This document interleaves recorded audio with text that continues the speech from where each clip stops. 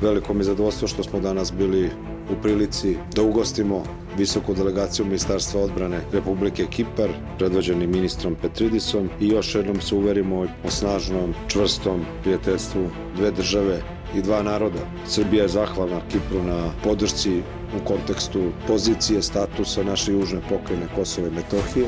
Isto tako želim da podvučem da je pozicija Srbije u pogledu Kipra nepromenjena. Mi ne želimo da vidimo podeljeno ostrvo, vidimo jedinstveni jedan Kipar sa jednom vladom u Nikoziji. Dokle god to bude vaš stav, takav stav će biti i srpski stav. Jedna od bitnih stavki današnjeg susreta jeste i deo koji se odnosi na vojno-ekonomsku i vojno-tehničku saradnju. Ja verujem da ćemo imati ozbiljne trgovinske razmene na zadovoljstvo i jedne i druge države i na jačanju odbrambenih kapaciteta i jedne i druge vojske.